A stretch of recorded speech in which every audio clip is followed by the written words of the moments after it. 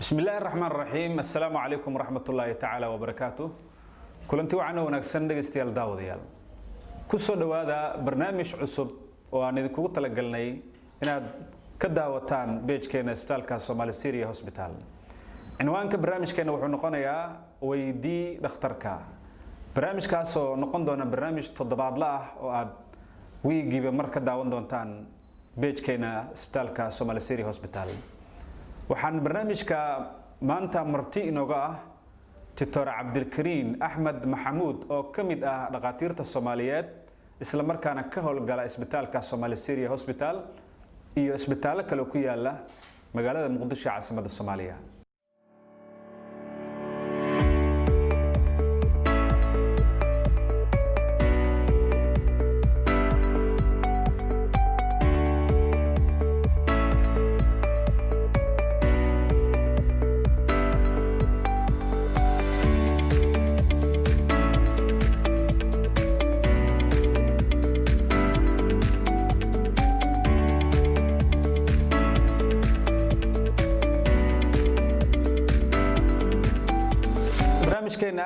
maanta wuxuu ku saabsanaan doonaa dhiigkarka ku dhaca haweeneyda uur kale ugu horeyn Dr. Cabdilkariin ku soo dhawow barnaamijka weydii dhakhtarka waan dhawahay waad mahadsantahay cali Dr. soo dhawow waa maxay dhiigkarka ku dhaca haweeneyda uur kale dhiigkarku waxa weeyaan xanuun ku dhaca xididada isla markaana maxaan ku raahdaayay qofka markii la cabiro dhiiggiisa uu ziyaadayo cadaadiska marka uu ziyaadayo waxa uu leeyahay laba qayb waxa la yiraahdaa systolic oo Soomaalidu ay u yaqaanaan dhiigga qaybta kore qaybna waxa la yiraahdaa diastolic oo Soomaalidu ay u yaqaanaan qaybta hoose dhiigu qayb sare iyo qayb hoose ma laha laakiin maxaan ku raahdaa waxa uu leeyahay systolic iyo diastolic systoligaasi marka uu ka badnaado 140 diastoliguna uu ka badnaado 90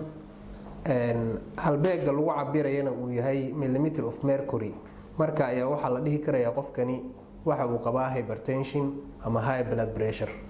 macnaha cadaadiskii dhiiggiisii ayaa ziyaaday ayay ka dhigan tahay macna ahaan tore su'aasha labaad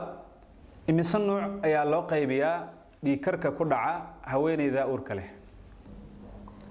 markii aan ka hadalno haweeneyda uurka leh dhiigkarka ku dhaca noocyadiisu way badan yihiin wuxuu noqon karayaa dhiigkar markaasi ka dhashay uurka oo dhiigkar ka dhashay uurka markaan dhahayno macnaheeda waxa ay ka dhigan tahay in qofkani cadaadiska dhiiggiisa markii la cabiro uu ziyaado isla markaana markii laga baaro kaadi aan laga helin protein markaas waxa la dhihi karayaa waxa loo yaqaano gestational hypertension wuxuu qaadanayaa terminology ama erebixin noocaas ah laakiin waxa dhici karaya qofkii cadaadiskii dhiiggiisa in la baaro oo markaasi la ogaado maxaan ku raahdaa cadaadiskii dhiigga in uu sareeyo oo uu ka sareeyo 140 systoliga diastoligana uu ka sareeyo waxa loo yaqaano 90 maxaan ku raahdaa markaasi markii laga baaro kaadida waxa la arki karayaa kaadidii in laga helayo protein qaab badan waxa jiro kaadida loo baaro laakiin kan ugu komonsan ee hadda isbitaaladeena ay isticmaalaan ama isbitaalada maxaan ku raahdaa dunida ku yaala ay isticmaalaan macnaha waxba ma xisaabinayo laakiin waxa uu sheegayaa plus iyo minus so pluskaasi iyo waxa loo yaqaano maxaan ku raahdaa pluskaasi waxa uu noqon karayaa +1 ama +2 ama +3 sidaas oo kale waxa loo yaqaanaa noocaasi dipstick qaab kale loo cabirana way jiraan oo la yiraahdo 24 hour urine collection in qofka 24 saacadood kaadi laga aruuriyo oo markaasi la fiiriyo inta protein kaadadaas ku jirta meeqa gram oo protein ku jirta sidaas oo kale tore su'aasha saddexaad dhiigkarka ma leeyahay heerar kala duwan ee uu soo maro dhiigkarku waxa uu leeyahay qayb loo yaqaano mild hypertension mild ama mild preeclampsia kan dumarka ku dhaca marka aynu ka hadlayno so mild markii la dhahayo macnaheedu waxay ka dhigan tahay 160 ma gaarin systoliga, diastoliguna maxaan ku rahdaa 90, maxaan ku rahdaa wuu ka badan yahay laakiin ma gaarin 110. markaasoo kale maxaan ku rahdaa waxa uu soo galayaa mild hypertension ama mild preeclampsia.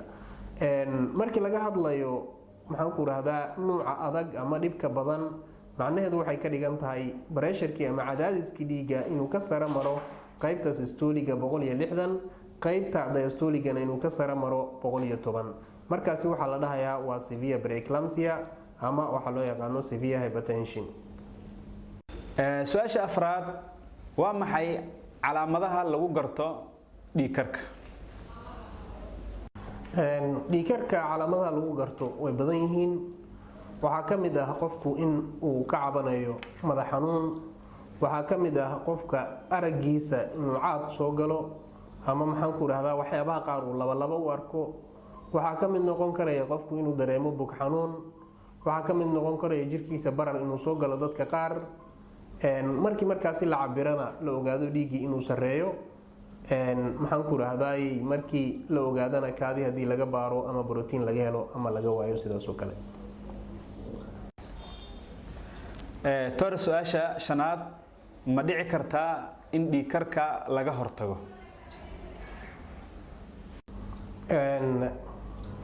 dhiigkarka markii laga hadlayo maxaan ku rahdaa sababaha keena iyo maxaan ku rahdaa waxyaabaha